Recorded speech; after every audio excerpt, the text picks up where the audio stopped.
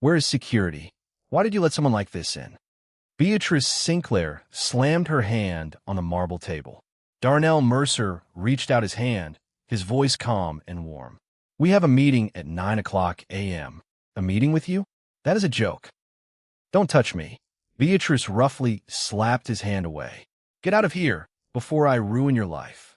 Darnell quietly lowered his hand and carefully put the folder into his bag. Beatrice did not know that in just 15 minutes, this rude action would make her entire empire fall apart. The story begins with a tiny stain on Darnell's sleeve at 6:12 a.m. To understand that stain, we need to go back 3 hours and 7 minutes. The clock in Darnell's kitchen read 5:48 a.m. A small radiator knocked once, then went quiet again. It did this every 12 minutes, like clockwork nobody had ever fixed. Darnell stood at the stove in a small apartment in Bronzeville, on the south side of Chicago. He cracked 2 eggs into a pan.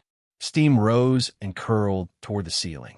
The smell of butter mixed with the smell of old carpet and cold morning air. He was 38 years old, with a square jaw and tired, steady eyes. His hands were rough from years of work most people never saw. He wore a gray suit from a secondhand shop on 47th Street. It cost $55. The fabric was worn soft at the elbows. One button hung by a loose thread near the cuff. He had meant to fix it for weeks, but mornings like this one never left much time. The apartment smelled like coffee, warm butter, and the faint dust of an old heater. A siren echoed somewhere down the block, then faded into silence. Darnell barely noticed it anymore. This was just the sound of home. "Daddy, is breakfast ready?" A small voice called from a hallway. Chloe walked in, rubbing her eyes. She was 6 years old, with 2 braids her father had done himself the night before. She climbed onto a wooden chair and swung her feet under the table. Darnell smiled and set a plate in front of her. Eggs and toast, just how you like it. He checked his watch. It was 6:04 a.m. He had a meeting downtown at 9.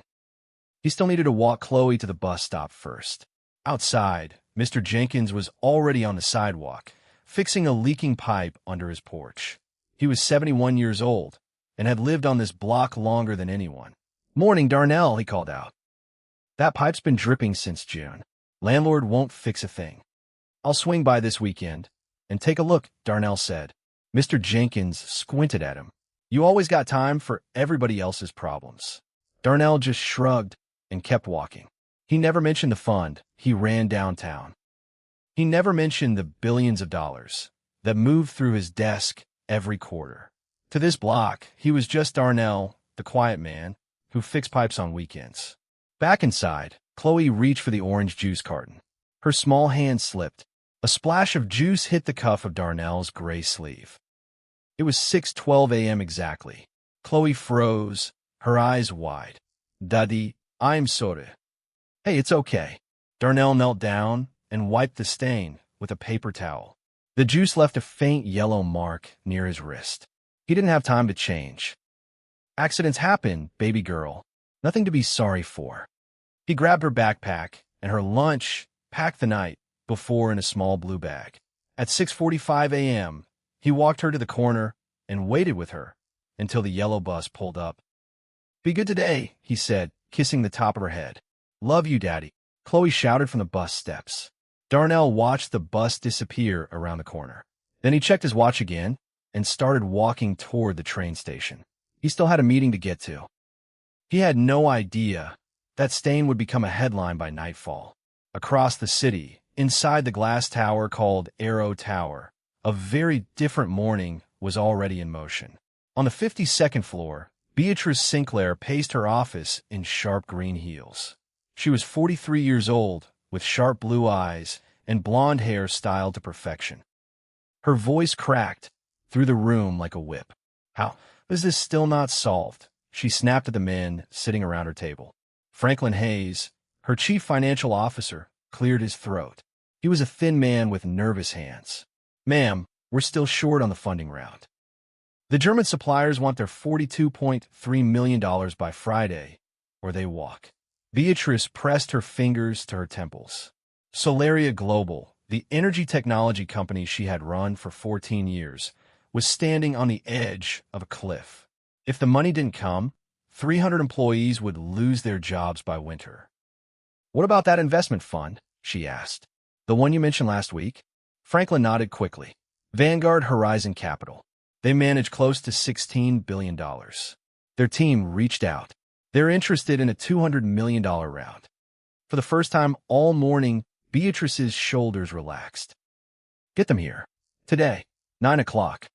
"I'll confirm with their office," Franklin said, already reaching for his phone. He didn't tell her who was coming. He didn't know it mattered yet.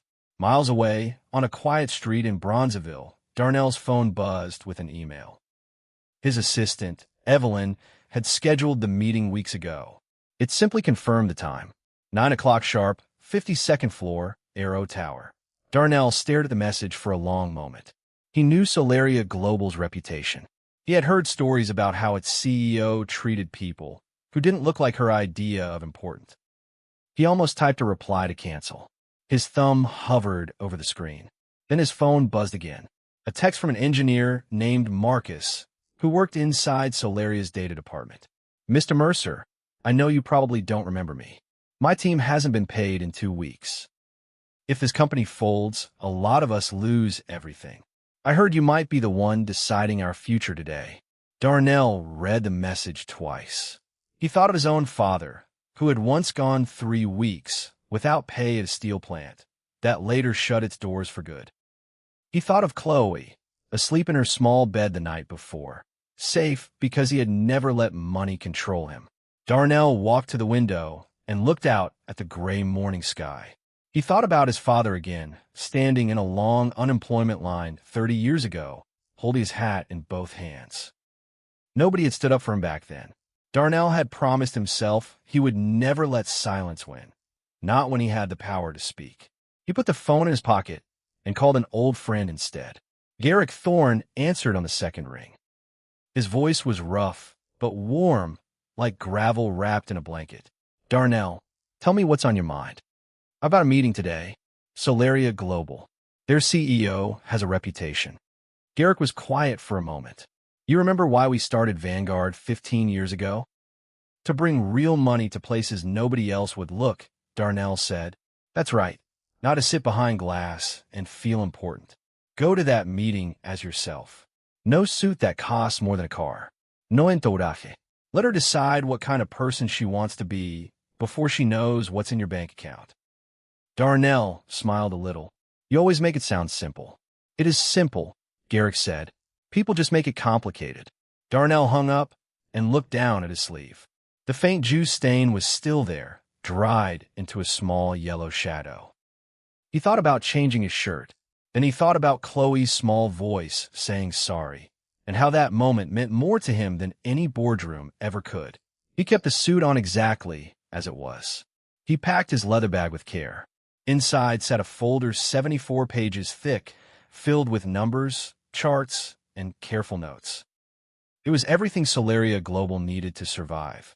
He zipped the bag slowly, the sound loud in the quiet apartment, and headed for the door. At 8:43 a.m., Darnell walked through the revolving doors of Arrow Tower. Marble floors stretched out under bright lights. The air smelled like fresh flowers and expensive cologne. The young woman at the front desk looked him up and down. Her smile faded the moment she saw the faded suit and the small stain on his sleeve. "Do you have an appointment?" she asked, her tone flat. 9 o'clock. Vanguard Horizon Capital, Darnell said, his voice steady. She glanced at her screen, unimpressed. "Take a seat over there." She pointed to a wooden bench near the janitor's closet, far from the leather chairs by the elevators. Darnell nodded and sat down. He didn't complain. He simply pulled out his phone and read through emails, waiting as the minutes ticked by. 32 minutes passed before anyone called his name. At 9:15 a.m., an assistant finally led him to the elevator. The doors opened onto the 52nd floor, where floor-to-ceiling windows looked out over Lake Michigan, sparkling under the morning sun. Inside the boardroom, 10 board members sat around a long marble table. At the head of the table stood Beatrice Sinclair, arms crossed, eyes sharp as glass. She looked Darnell over from head to toe. Her gaze stopped on the small stain near his wrist. "This is a joke, right?" she said to Franklin, not even lowering her voice. Franklin leaned toward her, whispering fast, "Ma'am, please just hear him out. No billionaire walks in here looking like he slept in a bus station," Beatrice snapped. Darnell stepped forward, calm as still water. He extended his hand. "Good morning, Ms. Sinclair. We have a meeting at 9 a.m. That's when it happened. Beatrice slapped his hand away. "Where's security? Why did you let someone like this in?" Her hand hit the marble table with a sharp crack. "A meeting with you? That is a joke. Don't touch me," she shouted, her cheeks flushing red. "Get out of here before I ruin your life." The room went silent. 10 board members sat frozen, afraid to move. A faint hum came from the air conditioning vent above them, the only sound left in the room. Darnell quietly lowered his hand. He didn't argue. He didn't raise his voice. He simply reached down, picked up his folder, and slid it back into his worn leather bag. Franklin's face had gone pale. He opened his mouth to speak, but no words came out. Darnell turned and walked toward the door. His footsteps were slow and even, echoing off the marble floor. Beatrice crossed her arms, satisfied with herself. "Finally," she muttered. "Some peace and quiet." She had no idea what she had just destroyed. Darnell rode the elevator down in silence, watching the numbers fall. 52, 40, 30, 20. His jaw stayed tight the entire way down, but his eyes stayed calm. At 9:30 a.m., he stepped into a black SUV waiting at the curb. His driver looked at him through the mirror. "How'd it go, sir?" Darnell pulled out his phone and dialed his assistant. Evelyn picked up on the first ring. "Cancel the deal," he said. Just 3 words. "Sir, are you sure?" "That's $200 million. Cancel it," he repeated, his voice quiet but final. "Effective immediately." He hung up and looked out the window at the city passing by. He wasn't angry. He wasn't shaking with rage. He simply felt a door close inside him, one that would not open again. Back on the 52nd floor, Beatrice was already moving on to her next meeting. She had forgotten about the man in the second-hand suit within minutes. Franklin, however, could not stop thinking about it. He sat at his desk, staring at his computer screen, his stomach twisted in knots. He had seen the folder Darnell carried. 74 pages of due diligence prepared for a deal that could have saved every job in this building. At 10:02 a.m., his phone rang. It was the bank. "Mr. Hayes, we're seeing a withdrawal request from Vanguard Horizon Capital," the voice said. "They're pulling their entire commitment. Effective immediately." Franklin's hand went cold around the phone. "That can't be right. Check again." "I've checked twice, sir. It's confirmed." Franklin set the phone down slowly. He knew exactly what had happened and exactly who had caused it. He walked into Beatrice's office without knocking. "Ma'am, we have a problem." Beatrice barely looked up from her tablet. "What now?" "Vanguard just pulled out. All $200 million. Gone." For a moment, Beatrice's face didn't change. Then something shifted behind her eyes, a small crack forming in her confidence. "That's impossible," she said. "We haven't even signed anything yet." "They were never going to sign," Franklin said quietly. "Not after this morning." Beatrice's throat tightened. "Wait, that man, the one in the cheap suit, Darnell Mercer," Franklin said. "Founder and chairman of Vanguard Horizon Capital. Personal net worth of $1.15 billion. The tablet slipped from Beatrice's hand and hit the floor with a sharp crack. The screen shattered into a spider web of lines. She didn't move to pick it up. Her mind was racing through every word she had shouted at him, every second of that meeting replaying like a broken recording. Franklin stood in the doorway, watching the color drain from her face. He thought about the recording system installed in every boardroom, the one Beatrice herself had approved 2 years earlier to protect the company from lawsuits. That same system had captured every word of this morning's meeting. 38 seconds of audio, saved automatically to the company server. Franklin made a decision right then. He walked back to his desk, opened a private email account, and attached the audio file. His hands trembled as he typed a message to a reporter named Andrea Collins at the Chicago Financial Journal. He had watched good people lose their jobs under Beatrice's leadership for years. He had stayed quiet every time. Not this time. He hit send at 10:47 a.m. Andrea Collins received the email while sitting in a small coffee shop near the Chicago River. She was 31 years old, sharp-eyed, and known for chasing stories other reporters were too afraid to touch. She listened to the audio twice, her coffee going cold in front of her. Beatrice's voice came through clearly, sharp and cruel. "Get out of here before I ruin your life." Andrea leaned back in her chair. She had covered Solaria Global before. She knew the rumors about how Beatrice treated employees who didn't fit her image of success. She spent the rest of that day making calls. 3 former employees, all black professionals, who had once worked under Beatrice, agreed to speak with her. Each one described the same pattern. Dismissive comments, passed over promotions, a culture of fear dressed up as high standards. Andrea took notes fast, her pen scratching across her notebook. One woman, a former marketing director named Renee Walsh, cried quietly on the phone as she spoke. "I used to dread walking into that building," she told Andrea. "Beatrice made me feel invisible for 6 straight years." Another former employee described being passed over for a promotion 3 times, watching less qualified colleagues rise past him instead. Each story added another brick to the wall Andrea was building, one careful fact at a time. By the next afternoon, Andrea had enough for a full story. At 2:15 p.m. the following day, the article went live. The headline read plainly, "CEO humiliates billionaire investor, cost company $200 million in minutes." The audio clip played beside it, Beatrice's voice ringing out for the entire financial world to hear. Solaria Global's stock began falling within the hour. By the closing bell, 3 hours later, shares had dropped 18%. Investors who had once trusted Beatrice's leadership pulled their support one by one. By the end of that week, the company had lost $85 million in expected revenue. 3 major partners canceled their contracts, citing concerns about company culture and leadership judgment. Beatrice refused to accept responsibility. She called an emergency meeting with a public relations team and hired a law firm for $150,000, determined to fight back.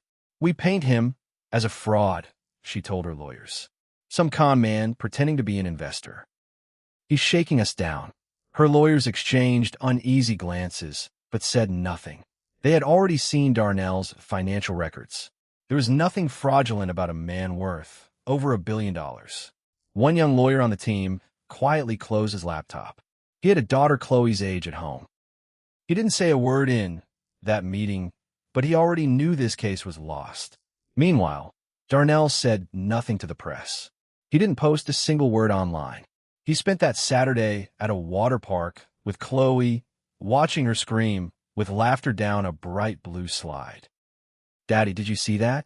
I went so fast," she shouted, water dripping from her braids. "I saw, baby girl. You were flying," he said, smiling as he wrapped a towel around her shoulders. They shared a plate of French fries at a plastic table near the pool. Chloe told him about a girl she met in line and how they raced down the slide together 3 times. Darnell listened to every word like it was the most important news of the day. His phone buzzed twice in his pocket. He didn't check it. Whatever Beatrice was saying to reporters could wait until Monday. For Darnell, this was never about revenge. It was about a decision Beatrice had made in seconds, and a truth she would now have to live with. But the truth doesn't stay quiet for long, especially not in a courtroom. 2 weeks later, Darnell filed a formal lawsuit against Beatrice Sinclair and Solaria Global. The charges included defamation and workplace discrimination. The case landed in federal court in downtown Chicago. The trial lasted 11 days and drew reporters from every major financial outlet in the country. Cameras lined the courthouse steps each morning. On the 3rd day, Darnell took the witness stand. He wore the same gray suit, the faint yellow stain still visible near his wrist. He had never had it cleaned. Beatrice's lawyer approached him with a sharp smile. "Mr. Mercer, isn't it true you're simply a single father who struggles to manage his own household? How can we trust your judgment in business?"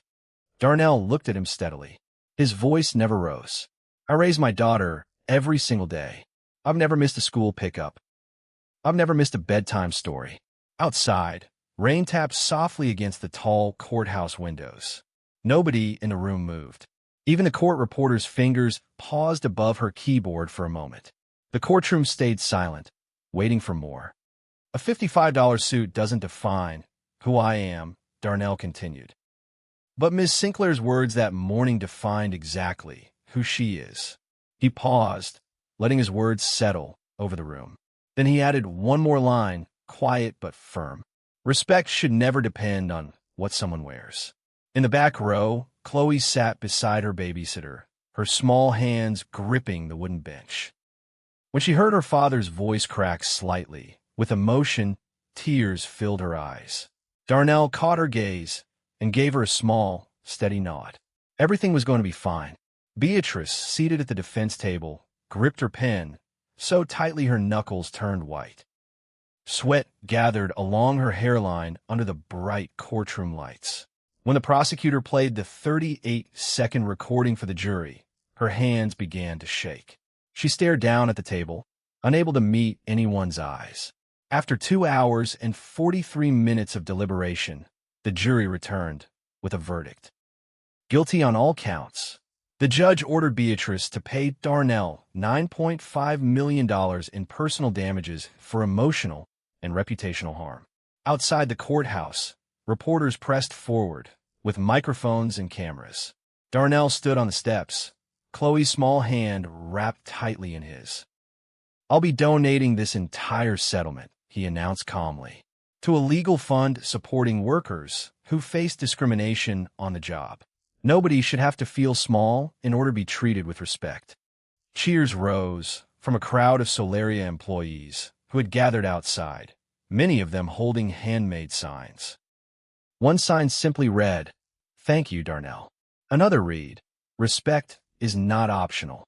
Beatrice slipped out a side entrance, her face hidden behind oversized sunglasses, avoiding every camera she could.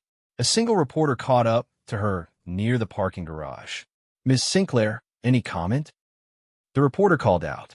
Beatrice said nothing. She climbed in her car and drove away, her hands gripping the wheel far tighter than necessary. Back at Solaria Global, the damage kept spreading. The board of directors called an emergency session, led by longtime board chair Clara Croft. They voted to remove Beatrice from her position as chief executive officer, effective immediately. Beatrice barricaded herself inside her office on the 52nd floor. Through the intercom, her voice came out shaking and desperate. "I built this company. You can't just throw me out. I want $12 million in severance, or I delete every file we have." Security guards gathered outside her door, unsure how to proceed. Chicago police were called to the building, their radios crackling in the hallway. Franklin stepped forward and pressed the intercom button. His voice stayed calm, steady, the way Darnell's had been that morning in the boardroom. "Beatrice, listen to me. Deleting company files is a federal crime. You'll go to prison. Please just open the door." There was a long pause. Then, slowly, the lock clicked open. Beatrice stepped out into the hallway, her hair disheveled, her makeup smudged beneath her eyes. 2 officers approached and gently guided her toward the elevator. Employees lined the hallway in silence, watching the woman who once ruled with an iron grip walk out for the very last time. Nobody said a word. Nobody needed to. In the weeks that followed, Solaria Global began to rebuild under Franklin's temporary leadership. The company reached a settlement with the Equal Employment Opportunity Commission, agreeing to pay a $12 million fine and completely restructure its hiring practices.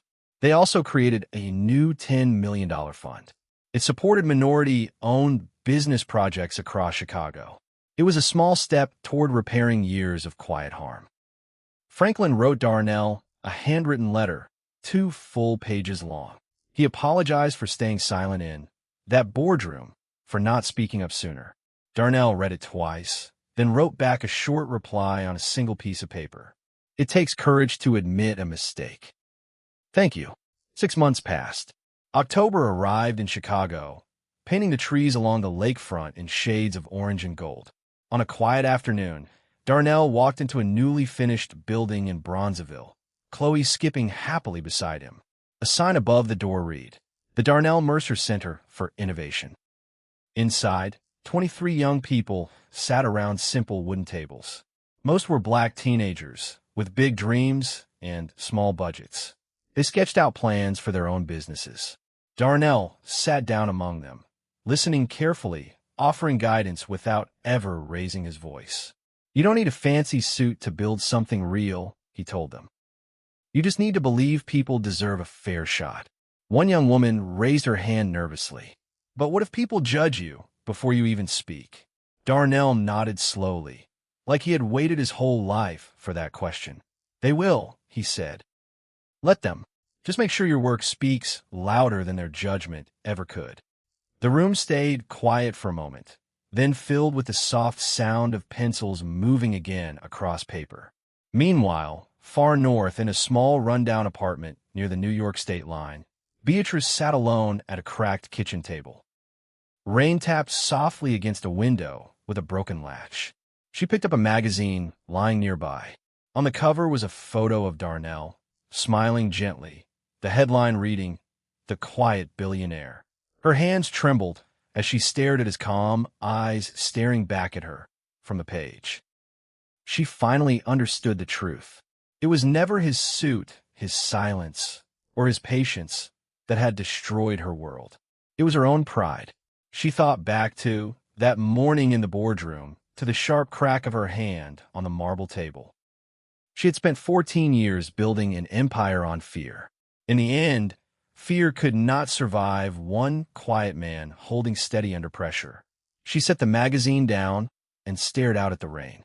There was no applause here, no cameras, no boardroom, just an empty apartment and the slow, heavy weight of a lesson learned far too late.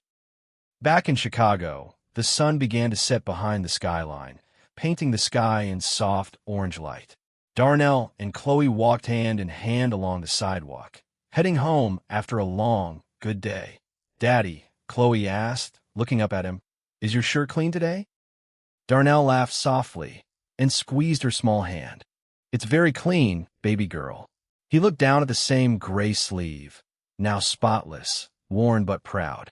"And from now on," he said quietly, "nobody gets to make it dirty ever again."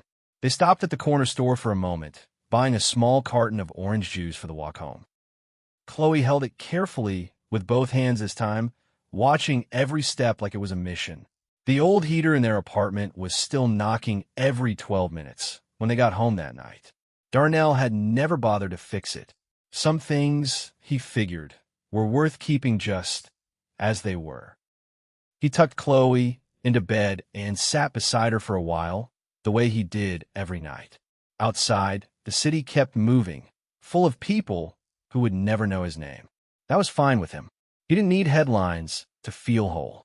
He had a warm home, a healthy daughter, and a sleeve that, from now on, would only ever get dirty from things that truly mattered.